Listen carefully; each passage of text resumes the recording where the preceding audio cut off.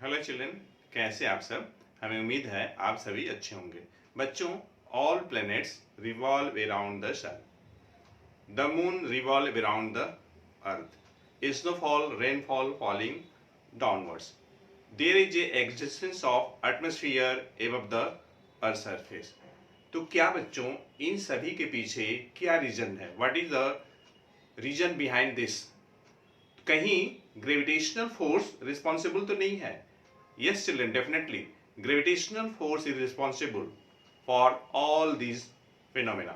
तो बच्चों, in this video lecture, we will discuss about the Newton's universal law of gravitation.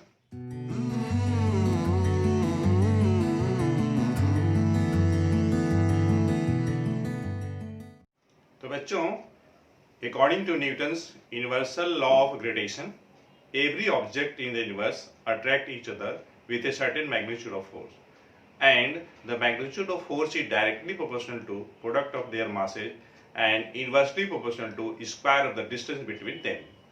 Suppose कर लीजिए बच्चों, we have two object. First is A, which having the mass m1, and other object is here B, which having the mass m2, which has been placed at a certain distance, and distance between their centers is d here. Okay बच्चों, हम लोग यहाँ पे distance between the centres लेते हैं, क्योंकि ऐसा ही assume किया जाता है कि जैसे बॉडी ए है, ए का होल मास सेंटर पे सेंटर्ड है, उसी टाइप से बॉडी बी का होल मास सेंटर पे सेंटर्ड है, इसलिए हम लोग डिस्टेंस बिटवीन द सेंटर्स दिखाते हैं। अब देखिए, ये दोनों बॉडी एक दूसरे को अपनी तरफ अट्रैक्ट करेंगी सेम मैग्नीट्यूड ऑफ फोर्स से, ठीक है। जो लाइटर बॉडी है वो भी उतना ही फोर्स लगाएगी जो हेवियर बॉडी लगाएगी, ऐसा न्यूटन साहब ने बोला था। अब देखिए, product law of masses, F will be directly proportional to product of their masses, and second, F will be inversely proportional to square of the distance between them. अगर इन दोनों लॉ को हम अगर कंबाइन कर दें तो हम लोग को देखिए क्या मिलेगा।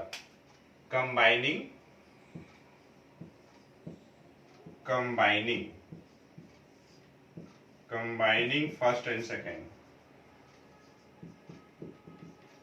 We get, okay. तो कंबाइन किया जाए, F will be directly proportional to m1 m2 and square of the distance.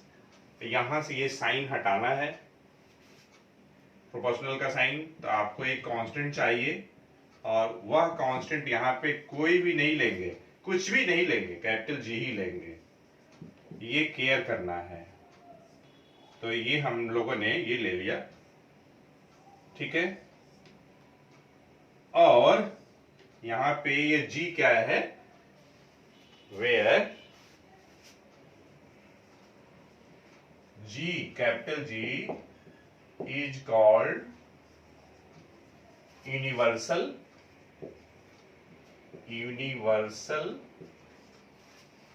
gravitational constant, universal gravitational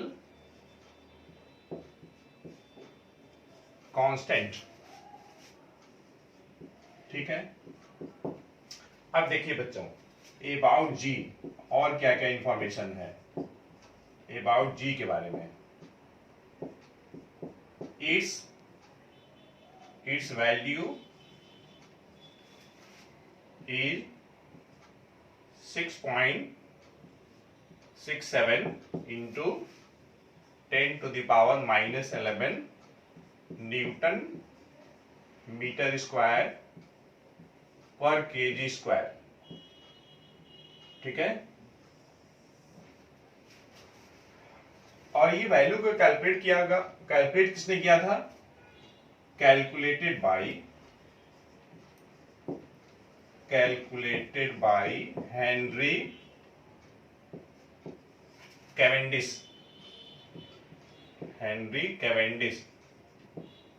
Cavendish,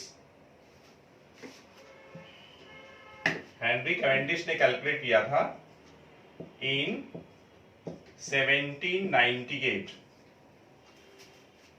by using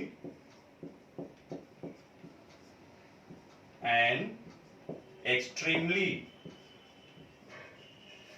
sensitive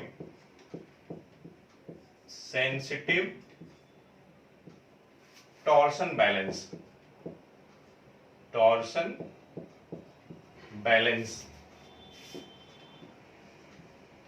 ठीक है।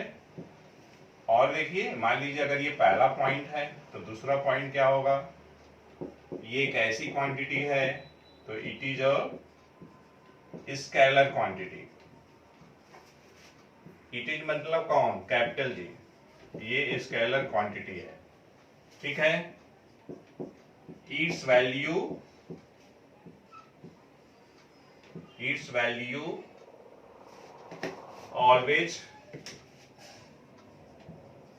always remains constant, okay. और देखिए इसके बारे में, its value does not depend on the medium between the body। तो बच्चों आप क्या करिए, वीडियो पॉज करके ब्यूटीफुल राइटिंग में नोट डाउन करिए, तब तक मैं अरेंज करता हूँ। बच्चों, now we will discuss that what is the relationship between small G and capital ji.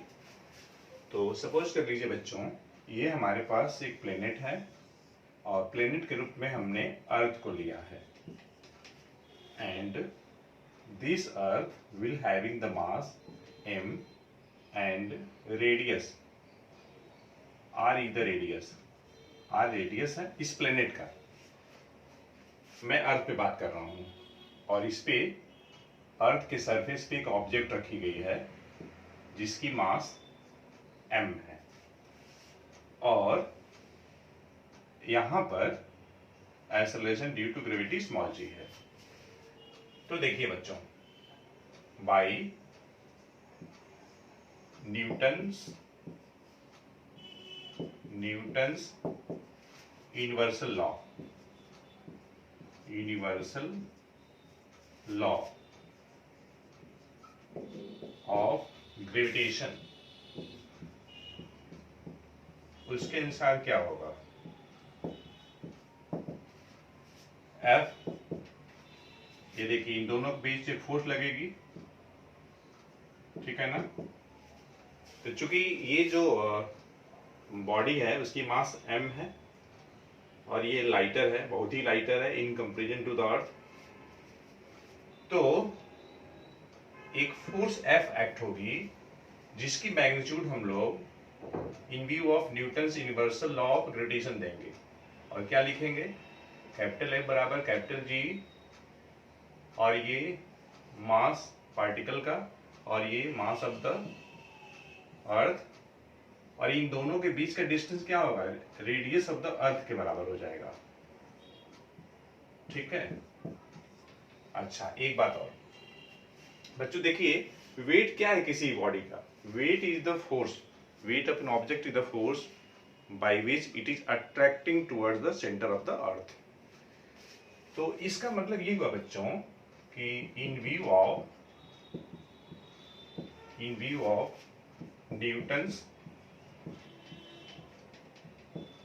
Newton second law, ये जो F, और एक्चुअली क्या है, ये वेट ही तो है बॉडी का, ये किसके बराबर हो जाएगा, mg के बराबर हो जाएगा, ठीक है। क्योंकि आप जानते हैं न्यूटन के सेकंड लॉ से F बराबर m इंटू ए, और यहाँ पे a की जगह पे क्या होगा, g होगा, ठीक है। Acceleration produce in the body due to gravity के चलते। और अगर ये हम लोग 1 2 को कंपेयर करें तो लेफ्ट साइड भी यहाँ एफ है, यहाँ भी एफ है, इसका मतलब ये राइट हैंड साइड इक्वल होगा। तो हम लोग क्या लिखेंगे, M G equals to capital G small m capital M और ये आर स्क्वायर। ठीक है, क्या किए हम लोग, यूजिंग फर्स्ट एंड सेकेंड, हम लोगों ने फर्स्ट सेकेंड दोनों का इस्तेमाल किया है। Small m cancel. इस तरीके से बच्चों अर्थ के सरफेस पे एक्सेलरेशन ड्यू टू ग्रेविटी हम लोग को क्या मिल गया, capital G M upon R square मिल गया। तो देखिए क्लियरली है यहाँ बच्चे कि acceleration due to gravity earth पे किस पे डिपेंड करेगा, मास ऑफ द अर्थ पे डिपेंड करेगा और रेडियस ऑफ द अर्थ पे डिपेंड करेगा, क्योंकि कैपिटल जी क्या है, यूनिवर्सल ग्रेविटेशनल कांस्टेंट है जो हर जगह सेम रहेगी, कांस्टेंट रहेगी। अब कितना रहेगी, 6.67 इंटू 10 टू द पावर -11, ये मैग्नीट्यूड हो गया, और यूनिट न्यूटन मीटर स्क्वायर पर केजी स्क्वायर। ठीक है, अगर आप मून पर भी कैपिटल जी की बात करेंगे तो इतना ही मिलेगा, मतलब पूरी यूनिवर्स में कहीं पर भी कैपिटल जी की वैल्यू इतना ही रहेगी। तो डिफर क्या करेगा, स्मॉल जी करेगा। ठीक है, जैसे मान लीजिए अर्थ पे small g acceleration due to gravity मान लीजिए जी है, स्मॉल जी है, तो मून पे 1/6 हो जाता है। अब देखिए बच्चों, मतलब मेनली हम लोगों ने ये डिस्कस किया कि एक्सेलरेशन ड्यू टू ग्रेविटी दो फैक्टर पे डिपेंड करेगा, मास ऑफ द प्लेनेट पे करेगा और रेडियस ऑफ द प्लेनेट पे करेगा। प्लेनेट के रूप में हमने अर्थ लिया है। ठीक, अब देखिए ध्यान से देखिएगा, अब मैं कुछ एग्जाम्पल की बात कर रहा हूं। एग्जाम्पल, जैसे एक एग्जाम्पल हमने लिया कि सपोज कर लीजिए कि कोई बॉडी है जिसकी मास 1 kg है, एक दूसरी बॉडी है उसकी मास उतना ही है, 1 kg है, and both has been placed at a distance of, distance दोनों के बीच का आपका 1 मीटर है, और कैपिटल जी ये तो लर्न होना चाहिए बच्चों, 6.67 into 10 to the power -11 newton metre square पर केजी स्क्वायर। कुछ कुछ बुक में दिया भी रहेगा, इवन एग्जामिनेशन में भी दिए रहते हैं, लेकिन आप लर्न रखा करिए। तो ये दोनों बॉडी एक दूसरे को अपनी तरफ अट्रैक्ट करेंगे। Capital G m1 m2 upon ये डी स्क्वायर, ये फॉर्मूला है, कंठस्थ हो गया होगा। इस फॉर्मूले में बस डेटा पुस्ट करना है। ये देखिए, ये मान लीजिए m1 1 kg और ये है आपका m2 और ये d1 मीटर, आप इसी में रखेंगे तो f आपका आ जाएगा 6.67 इंटू 10 टू द पावर -11। चूंकि आप फोर्स निकाल रहे हैं तो न्यूटन में आ जाएगा। ठीक है, तो ऑब्वियसली यहाँ पे देखिए 10 का पावर कितना है, -11 है, जो कि बहुत ही स्मॉल है बच्चों। तो ऑर्डिनरी बॉडी हम लोगों ने लिया है, तो ऑर्डिनरी बॉडीज के केस में जो ग्रेविटेशनल जो फोर्स होगी वह इनसिग्निफिकेंट होगी, इनसिग्निफिकेंट होगी। ठीक है, लेकिन अगर हम लोग हेवनली बॉडी लेते हैं या दो बॉडी में से एक बॉडी ऐसी है जो हेवनली है, तो उस केस में फोर्स सिग्निफिकेंट होगी, जो कि एग्जांपल से क्लियर होगी। तो बच्चों आप क्या करिए, वीडियो पॉज करके इसको वीडियो राइटिंग में नोट डाउन करिए, तब तक मैं इरेज करता हूं। तो बच्चों अभी तक हम लोगों ने देखा कि ऑर्डिनरी ऑब्जेक्ट के केस में जो ग्रेविटेशनल फोर्स है वो इनसिग्निफिकेंट है। अब लोग ये जानेंगे कि अगर दोनों बॉडी हेवनली बॉडीज होगी या दो में से एक अगर हेवनली बॉडीज होगी, तो उस केस में जो ग्रेविटेशनल फोर्स होगी वो सिग्निफिकेंट होगी। तो देखिए एग्जांपल 2 में हम लोगों ने एक मास लिया, सॉरी एक अर्थ लिया है और एक सन लिया है। Earth having the mass 6 into 10 to the power 24 kg and sun having the mass 2 into 10 to the power 30 kg, and distance between the center of the earth and the sun is 1.5 into 10 to the power 11 metre. तो इस case में देखिए gravitational force of attraction लगेगी दोनों अर्थ और सन दोनों एक दूसरे पे ग्रेविटेशनल फोर्स ऑफ अट्रैक्शन लगाएगी जिनकी मैग्नीट्यूड इक्वल होगी। ऐसा न्यूटन साहब ने बोला था। तो देखिए F बराबर कैपिटल G m1 मतलब मास ऑफ द अर्थ, और ये देखिए मास ऑफ द सन, और दोनों के बीच का डिस्टेंस का स्क्वायर।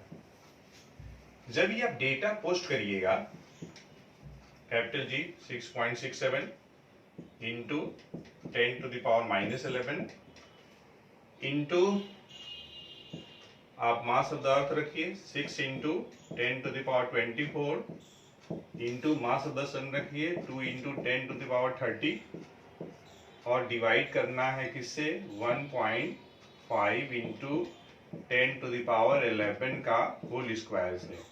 तो जब इसको आप सॉल्व करिएगा तो कुछ रिजल्ट इस टाइप से आ जाएगा 3.6 इंटू 10⁻22 आ जाएगा, इतना न्यूटन। आप खुद से चेक कर लीजिएगा बच्चों। तो देखिए यहाँ पर इस केस में 10 का पावर कितना है 22 है। तो ये जो फोर्स लग रही है, ठीक है ना, किसके बीच में, अर्थ और सन के बीच में। आप जानते भी हैं कि अर्थ मूव्स अराउंड द सन, ठीक है, इन ए इलिप्टिकल ऑर्बिट। तो इस केस में जो फोर्स लग रही है that will be definitely significant,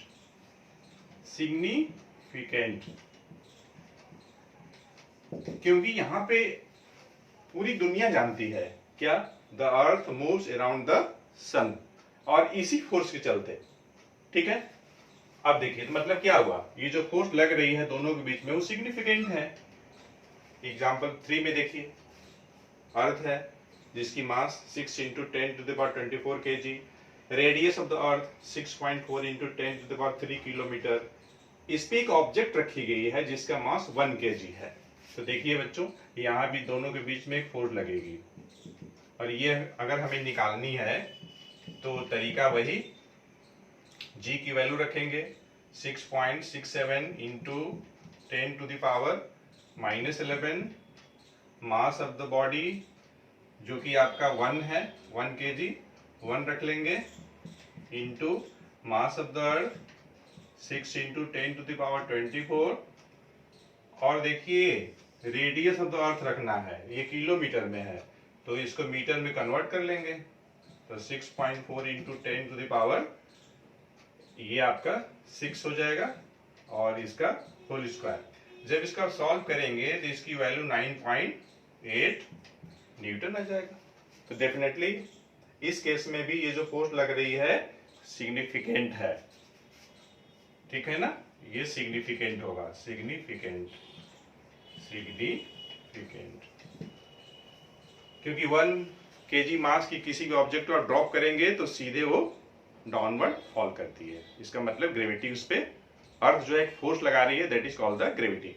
अब बच्चों ग्रेविटेशन में ग्रेविटी में फर्क क्या है? Gravitation,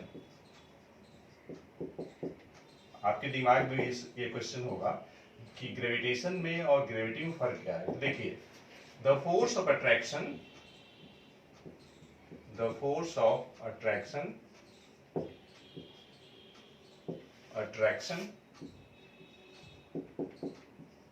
between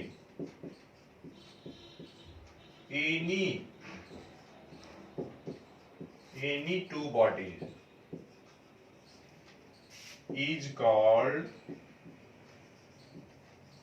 gravitation।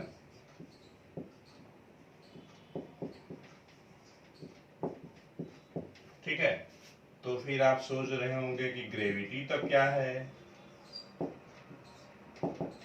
The force of attraction, the force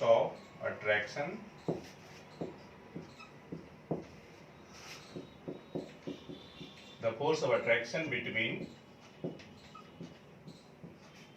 a planet, एक प्लेनेट होना चाहिए और एक बॉडी होना चाहिए, between a planet and a body is called gravity।